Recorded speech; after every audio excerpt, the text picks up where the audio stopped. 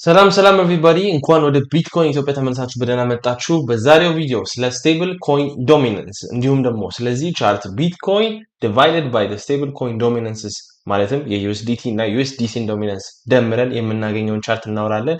ከዛም አልፈን በዚህ ሳምንት ምን አይነት ቢትኮይን ኤክስቼንጅ ሊኩዊዴሽን ማፕ ላይ ያለውን የሚያሳየንን ታሪክ በደንብ እናያለን። በዚህ ሳምንት ዕለት ማክሰኞ ሜይ 12 የሚወጣ በጣም ኢምፖርታንት ስለ ኢንፍሌሽን ዴታዎች እናወራለን። ከዛም አልፎ እንዴት ይህ የኢንፍሌሽን ዴታ ኤነርጂ ስፓይክ እንዳደረገ እና 12% ኢንፍሌሽን ላይ በአንድ ጊዜ በአንድ ወር ውስጥ ብቻ እንደደረሰ እናወራለን። ስለዚህ ጉዳይ በደንብ እናወራለን። ኢንፍሌሽን ሬት በአሜሪካ ውስጥ 3.3% ላይ በአሁኑ ሰዓት ላይ ይገኛል። ይህ ሌቭል ላይ የደረሰበት ላስት ታይም በ2024 ኤፕሪል ወር ላይ ነበረ። በጣም የሚገርም ዴታዎችን በደንብ እናወራናል። ቪዲዮውን ከመጀመራችን በፊት ይህ ኤዱኬሽናል ቪዲዮ እንደሆነ እና ማንኛውም አይነት ፋይናንሻል ዲሲዥን ስታደርጉ ሪሰርቻችሁን እንድታደርጉ አበረታታለሁ። ወደ ዛሬ ቪዲዮ በቀጥታ እንሂድ። ስለ ስቴብል ኮይን ዶሚናንስ ትንሽ እናወራ። ምክንያቱም የምናያቸውን ቻርቶች ላይ የምናያቸው ማለትም ቢትኮይን ላይ የምናየውን ታሪክ እንዲሁም ደግሞ ኢቴሪየም ላይ ሁሉም ነገሮች ላይ የምናያቸውን ታሪኮች ቢትኮይን ዶሚናንስ ላይ ኢቴሪየም ዶሚናንስ ላይ ሁሉም ነገር ላይ የምናየውን ሪቨርሱን ስቴብል ኮይን ዶሚናንስ ላይ እናገኘዋለን። ይህ ቻርት ሁላችሁም ማግኘት ትችላላችሁ እና በጣም ኢምፖርታንት ነው ለሁላችሁም ብዬ አስባለሁ። ስለዚህ ሁላችሁም ይህንን ታይፕን አድርጋችሁ USDT ፖይንት ዲ ፕላስ USDC ፖይንት ዲ ብላችሁ ትሬዲንግ ላይ አድ ማድረግ ትችላላችሁ እና ይህ የሚያሳየን ምንድን ነው? ከዚህ በፊት ብዙ ጊዜ አውርቻችኋለሁ ስለዚህ ቻርት። ይህ የሚያሳየን የስቴብል ኮይን ዶሚናንስ ቡል ማርኬቱ ሲጀምር ዋነኛው የቤር ማርኬት የክሪፕቶ ከረንሲ ጀምሯል የሚለው ነው የሚያሳየን። ሪቨርሱ ነው እንዳልኳችሁ እና እንደምታዩት አሁን ሰፖርቱን ከቡል ማርኬት ሰፖርት ባንዱ ትንሽ ወረድ ብለን እናገኛለን። አሁን ዊክሊ ታይም ፍሬም ላይ ነን። ዴይሊ ላይ ብንሄድ we have found some kind of support read ግን ከሱ በታች ነው ያለው። ምክንያቱም 10.12% ላይ ነው ያለው። ይህንን ሬዚስተንስ እንደ ሰፖርት አድርገን ለመያዝ እየሞከርን ነው። በዛኛው ሳይድ ደግሞ እንደምትመለከቱት ቢትኮይን ከዚህ ሰፖርቱ ከዚህ ሬዚስተንሱ የቤር ማርኬት ሬዚስተንሱ ስፓይክ አድርጎ ወጥቷል ወደ ላይና what do I want to show you ያለፈውን ቤር ማርኬት ከእናንተ ጋር ማየት ፈልጋለሁ በስቴብል ኮይን ዶሚናንስ ላይ እና እንደምትመለከቱት ይህ 2021 ላይ ቦተም ያደረግንበት ነው። ስቴብል ኮይን ዶሚናንስ ላይ ቢትኮይን ቶፑን ያገኘበት ታይም ፍሬም ላይ ነውና የመጀመሪያውን ስፓይክ ታያላችሁ። ከዛ በኋላ ከዚህ ሰፖርት ባንዱ ከቡል ማርኬት ሰፖርት ባንዱ ምንወርድበት ታይም ፍሬሞች አሉ፣ እያያችሁት ነው። ከዚህም በላይ እዚች ጋር ትንሽ ወረድ የምንልበት ታይም ፍሬሞች አሉና እንደዚህ ወርደን የምናገኝበት ሰፖርት የምናገኝበት ታይም ፍሬም ከቡል ማርኬት ሰፖርት ባንዱ ስንወርድ doesn't mean የስቴብል ኮይን ዶሚናንስ ቡል ማርኬት አለቀ ማለት አይደለም። ይህንን ነው የሚያሳየን። ከዚህ ሰፖርት ባንዱ ቢወርድም in different occasions እንደምትመለከቱት 1 2 3 4 በደንብ ብሬክ አድርጎ የየሱና ቡል ማርኬቱ የዚህ የስቴብል ኮይን ዶሚናንስ አለቀ የምንለው መቼ ነው ታውቃላችሁ? ከወረደ በኋላና የሰፖርት ባንዱ እንደ ሬዚስተንስ አክት ሲያደርግ ነው። እዚህ ጋር ሰፖርት ባንዱ 13% ላይ ነው ያለው። ስቴብል ኮይን ዶሚናንስ 10% ገባ፣ 3% ዲፈረንስ። ከዛ በኋላ ሪቴስት ሲያደርገው ያችሁት እንዴት እንዳደረገ ሬዚስተንስ ሆነ። እዚህ ጋር ግን እንደምትመለከቱት ብዙ አይሄድም። ከዚህ ሰፖርት ባንዱ ሰፖርቱን ሞር ኦር ሌስ ያገኛል። ከዛ በኋላ ግን ስፓይክ አድርጎ ወደ ላይ ይሄዳል። ላስት ሳይክል ላይ የስቴብል ኮይን ዶሚናንስ ስንት ፐርሰንት ላይ ደረሰ? ወደ 16.8% ላይ ደረሰ። አሁን ላይ ቱ ጋር ነን። ይህንን ስቶሪ ስትመለከቱት የመጀመሪያውን ስፓይካችንን አገኘን። ይህንን ትሬንድ አሳይቻችኋለሁ። you try to break out 1 2 3 ጊዜ ሞከርን፣ ሰፖርት አገኘን። ቡል ማርኬት ሰፖርት ባንዱ ጋር ሞር ኦር ሌስ። ከዛ በኋላ ስፓይክ አደረግን። የደረሰን እዚህ ጋር ተመልከቱ ትችላላችሁ 12.6 ላይ። እዚህ ጋር ከደረስን በኋላ አሁን ይህንን የቡል ማርኬት ሰፖርት ባንዱ ካቻፕ እያደረገ ነው፣ እየደረሰ ነው። አሁን 10% ላይ ደርሷል። we are right there. volume is spiking guys። እዚህ ጋር መመልከት ትችላላችሁ። በሰዎች ሞር ፓርቲሲፓንትስ አሉ። ሰዎች አሁን ያለውን የክሪፕቶ ራሊ እያመኑት አይደለም የሚለውን ያሳያል። ምክንያቱም ተመልከቱት እዚህ ጋር ያለውን የቮሊዩም ስፓይክ አያችኋት? እቺን ስፓይክ and the move by stable coin dominance it was about 1.64% move ግን ቮሊዩም እንደዚህ ስፓይክ አደረገ። ቮሊዩም እዚህ ሌቭል ላይ የደረሰበትን ታይሞች ስትመለከቱት እዚህ ጋር የደረሰበት ታይም ፍሬም ላስት ታይም it was 9th of October 10th of October እንዴት ስፓይክ እንዳደረገ ከዛ በኋላ ፕራይሱ ይህ የሚያሳየን ዲፌንሲቭ ሞድ ላይ እንደሆነ ነው። ሌላኛው ቢትኮይንን ዲቫይድ እናደርገዋለን በእነዚህ ስቴብል ኮይን ዶሚናንሶች በቅንፍ አድርጋችሁ ማድረጋችሁ እንዳትረሱ። ይህ ደግሞ አሪፍ ስቶሪ ያሳየናል። ምን ስቶሪ ያሳየናል ብትሉኝ እነዚህ በብሎች ወደ ላይ የሚሄዱበት የቢትኮይን ቡል ማርኬት ነው። ከዛ በኋላ ግን ወደዚህ ሌቭል ላይ ይደርሳል። ምን ሌቭል ነው ይሄ? ወደ 20 ቢሊዮን የሚል ሌቭል ነው። ነምበሩን ተውት፣ ግን የሚያሳየን ቡል ማርኬት ላይ እነዚህ ሌቭሎች ወደ ላይ ይሄዳሉ። ከዛ በኋላ ግን ቤር ማርኬት ላይ ወደዚህ ሌቭል ላይ ቢትኮይን የዚህ ቢትኮይን በዚህ ስቴብል ኮይን ዶሚናንስ ዲቫይድ ስታደርጉት ወደዚህ ሌቭል ላይ መምጣት አለበት። አይ ኖ እዚህ ጋም ተመሳሳይ ስቶሪ መመልከት ትችላላችሁ። ይህን ራሊ ወደ ሰፖርት ወደ ሬዚስተንስ ባንዱ አንድ ቤር ማርኬት ውስጥ ከገባን ይህ ሬዚስተንስ ነው ብለን አውርተን ነበር። ያያችሁት ነው እንዴት ሬዚስተንስ እንደሆነ። እዚህ ጋር ይዩት ሬዚስተንስ we can find different occasions where this is a resistance። ከዚህ ሲወጣ ነው ቡል ማርኬት ተጀምሯል ማለት ቢትኮይን ወደ ኦል ታይም ሃይ ላይ እየሄደ ነው ያለን ልናወራ የምንችለው እንደዚህ አይነት ነገር ሲፈጠር ነው። ገባችሁ አይደል? you guys can see it even ይህ ነገር ወደ ላይ ቢሄድ አያችሁት። አሁን ለምሳሌ ይህ 2020 ላይ ነበር ተመልሶ ወደታች ወረደ። so what I wanted to show you is ይህ ስቶሪ ሌላ እውነተኛ እንዳልሆነ ይህ ራሊ እና በቮሊዩም ሰፖርት እንዳልተደረገ ከዚህ በፊት አውርቻችሁ ነበር ብዙ ጊዜ። ቢትኮይን ላይ ሄዳችሁ ብትመለከቱት እዩት ቮሊዩም እንዴት ወደታች ትሬንድ ዳውን እያደረገ እየመጣ እንደሆነ አያችሁት። ቮሊዩም is trending down ወደታች ነው እየሄደ ያለው። ፕራይስ is going up። ቮሊዩም ደግሞ ኮንፈርም እያደረገልን አይደለም ይሄንን ራሊ ነው። ዋነኛው ይሄ ነገር ነው። ሌላኛው በዚህ ሳምንት የሚወጣው የኢንፍሌሽን ዴታ ነው። ይህንን ኢንፍሌሽን ዴታ let me just tell you guys ይህንን ኢንፍሌሽን ዴታ ላይቭ ስትሪም እናደርጋለን። አንኤምፕሎይመንት ሬቱን ላስት ዊክ ላይቭ ስትሪም አድርጌላችሁ ነበር፣ አልነገርኳችሁም ነበር። በዚህ ሳምንት ግን ቀደም እየነገርኳችሁ ነው። ላይቭ ስትሪም እናደርገዋለን። you guys will find a thumbnail እዛ ላይ ኖቲፋይ ሚ ብላችሁ እሱን ልክ እንደጀመረ ላይቭ ስትሪሙን የምናደርገው ይሆናል።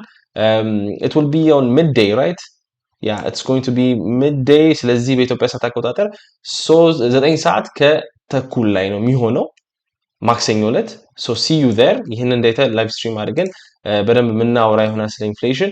ሌላኛው ስለ BTC percentage drawdowns from the all time high። ይህ የምትመለከቱት ወደታች በሄደ ቁጥር ይህ ቀዩ ነገር ወደታች በሄደ ቁጥር የቢትኮይን ቤር ማርኬት ቦተሙን ያገኘንበት ነው። አንድ ትሬንድ ትመለከታላችሁ። ይህ ትሬንድ ምንድነው? የመጀመሪያው ድሮፓችን ወደ 93% ነበረ ከኦል ታይም ሃይ። ከዛ በኋላ ሁለተኛው ድሮፓችን ብትመለከቱት እዚህ ጋር 82 approximately 82% ነበር። ከዛ በኋላስ ተመልሶ 80% ነበር approximately more or less እየተሻሻለ እየመጣ 2022 ላይ the drawdown was only of 76%። አሁን ላይ ግን ያገኘነውን ቦተም ብትመለከቱት 50% ራሱ barely ይደርሳል። 52% የደረሰ ነው። ይህ የሚያሳየን we are in this time frame። እዚህ ጋር ታዩታላችሁ። ለምሳሌ ይህ 2022 ላይ ነበር we got a bounce። ነገር ግን ሁሉም ሰው thought the bear market was over። እውነቱ ግን እሱ አልነበረም። ከዛ በኋላ we fell off a cliff ወደታች ሄደን ነው። ይህ አሁን ያለንበት መንዞች በጣም ፒቪታል መንዞች ናቸው። ይህንን የምንልበት ምክንያት monthly returns ስንመለከት ነው። ይህ ሜይ ወር በእኔ አመለካከት ሬድ ሆኖ ነው የሚያልቀው። እንደዛም አይሆን ግን ሜይ ስቲል ግሪን የሚሆን ከሆነ ግን አንድን ነገር ኮንፈርም ያደርግልናል። እሱ ምንድነው ላሳያችሁ። የ2019ን የQT ኤንዲንግ ቤር ማርኬቱን እየተከተለ ነው ማለት ነው። so this week the coming week guys it's a very decisive week. let me tell you this it's a very decisive week። ይሄን የምልበት ምክንያት አለኝ። አሁን ነው የሌሎችን ቤር ማርኬቶች አቨሬጅ ቤር ማርኬቶችን ፎሎ የምናደርግ ከሆነ ተርን ዳውን ማድረግ የምንጀምረው በዚህ በሚመጣውና በሚቀጥለው ሳምንት ዲሲዥን ዊክ ነው ብዬ አስባለሁ። ግልጽ የሚሆንልን ሁሉን ነገር በደንብ የምናየው ሳምንት ነው የሚመጣው ብዬ አስባለሁ።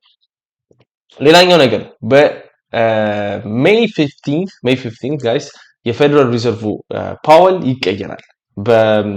I don't remember his name but he's going to be changed። ይህ የፌደራል ሪዘርቭ ሊደሮች ሲቀየሩ በሚቀጥለው ቪዲዮ ላይ በደንብ እናወራለን። there is uncertainty into the market። uncertainty ደግሞ ማርኬቶች አይወዱም። የዛ ሳል ነው ድሮፕ ማድረግ የምንጀምረው። ከዚያ ሳልፈን ስለ ኢንፍሌሽን እናወራና ይህንን ቪዲዮ በደንብ እንጨርሰዋለን። ስለ ኢንፍሌሽን እንደምትመለከቱት 3.3% ላይ ደርሷል። ይህ የነበረበት ላስት ታይም 3.3 የነበረበት ሜይ ኦፍ 2024 ነበረ። ይህ ዴታ አሪፍ አይደለም። አሁን የሚመጣው ዴታ ከዚህ በላይ ሆኖ ነው። የ12 ወርን ብትመለከቱት የኤነርጂ ኢንፍሌሽን 0.5 ብቻ ላይ ነበር። አሁን 12.5% ላይ ደርሷል። we can even zoom it right here እናንተ በደንብ እንድታዩት አያችሁት ከ0.5 እስከ ወደ 12.5 ነው ስፓይክ ያደረገውና ኦቨርኦል ኢንፍሌሽን ኦል አይተምስን ብንከትበት የኤነርጂ ነው በጣም ስፓይክ ያደረገውና ይሄ ዴታ ጥሩ አይደለም። ኮንሱመሮች በጠቅላላ ይጎዳሉ።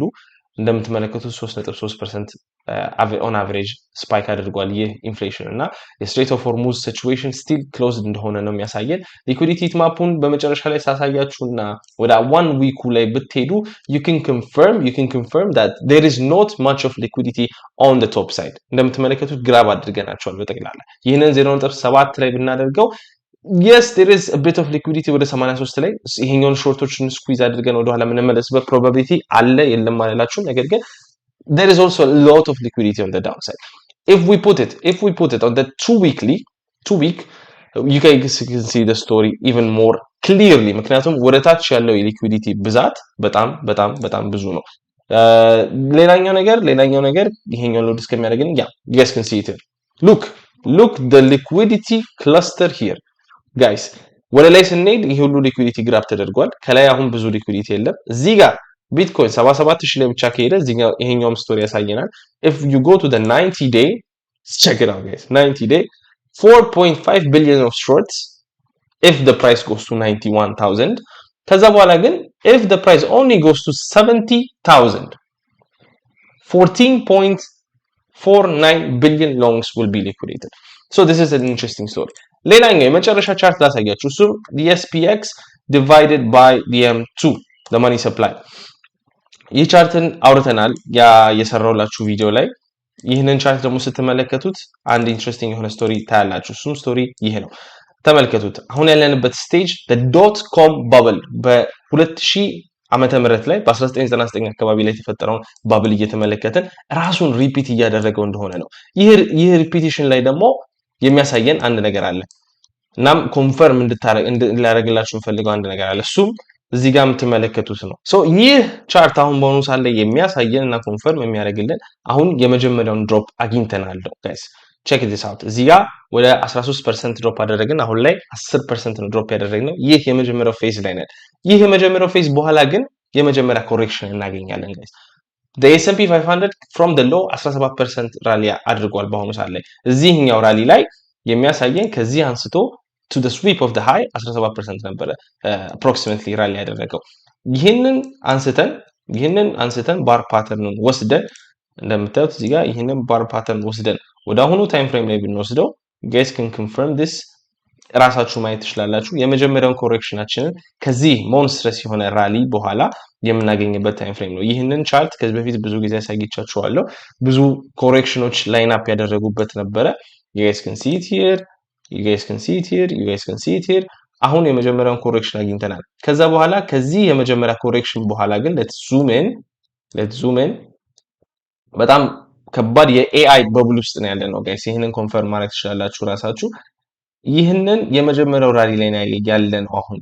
ይህ የመጀመሪያው ራሊ በኋላ ግን ኮሬክሽን አለ። ያያችሁት ነው ይህንን ኮሬክሽን። ከዛ በኋላ መልሰን ኦል ታይም ሃይ እንሄዳለን። if this fractal holds of course ይሄ ፍራክታል ሆልድ ማድረግ አለበት። ነገር ግን ወደ ጁላይ there is a correction coming። አሁን ላይ ብትመለከቱት the S&P 500 has had this crazy rally. it looks like meme coin ነው የሚመስለው በአሁኑ ሰዓት ላይ the S&P 500 ትንሽ ራሊ ከዚህ በላይ የሚያደርግበት ፖሲቢሊቲ አለ። ይሄኛውን ትሬንድ ላይን ታግ እስከሚያደርገው ድረስ ይህ ትሬንድ ላይን በአሁኑ ሰዓት ላይ just a percent above it percent above for the S&P 500 አሁንማ ምንም አዲስ ነገር አይደለምና ይህንን ነካው ከዛ በኋላ መመለሱ ያሳየናል ያ ፍራክታል። ምክንያቱም በጣም እየተከተለ ነው። ያ ደግሞ ኮንሳይድ ያደርግልናል with the weakness of bitcoin ከስቴብል ኮይን ነው ከDSPX ዲቫይድ አድርጋችሁ ብትመለከቱት ዊክ ነው። ስትሬንግት ነበረው፣ አሁን ግን ዊክነሱ ተጀምሯል። ስትሬንግት ያለው ማርች ወር ላይ ነው፣ አሁን ግን ዊክነሱን ጀምሯል። you can guys also confirm this with the gold chart. You guys can see it right here. ሪጀክት እየተደረገ ነው ከሬዚስተንስ ባንዱ ከቤር ማርኬት ሬዚስተንስ ባንዱ። ስለዚህ አሁን የሚያሳየን ቢትኮይን አንደር ፐርፎርም ያደርገዋል ጎልድን፣ ኤስ&ፒ 500ን ተመሳሳይ ነገር ያደርገዋል ተብሎ ነው የሚጠበቀው። ይህ ቢትኮይን ኢትዮጵያ ነው። ስሜ ሮቤል አለሙ ነው። የሚቀጥለው ሳምንት በጣም ፒቪታል ሳምንት ነው የሚሆነው። ላይቭ ስትሪም እናደርጋለን። የኢንፍሌሽን ዴታ ሪሊዙን አብረንም ማርኬቶች ምን እንደሚደረጉ እናያለን። የዛ ሰዓት ላይ የፈለጋችሁትን ጥያቄ ላይቭ ቻት ላይ ጠይቃችሁኝ መመለስና ማውራት እንችላለን። ቪዲዮውን ከተወደዳችሁት ላይክ ማድረጋችሁ እንዳትረሱ። ለቻናሉ አዲስ ሆናችሁ ሰብስክራይብ ማድረጋችሁ እንዳትረሱ። see you next time.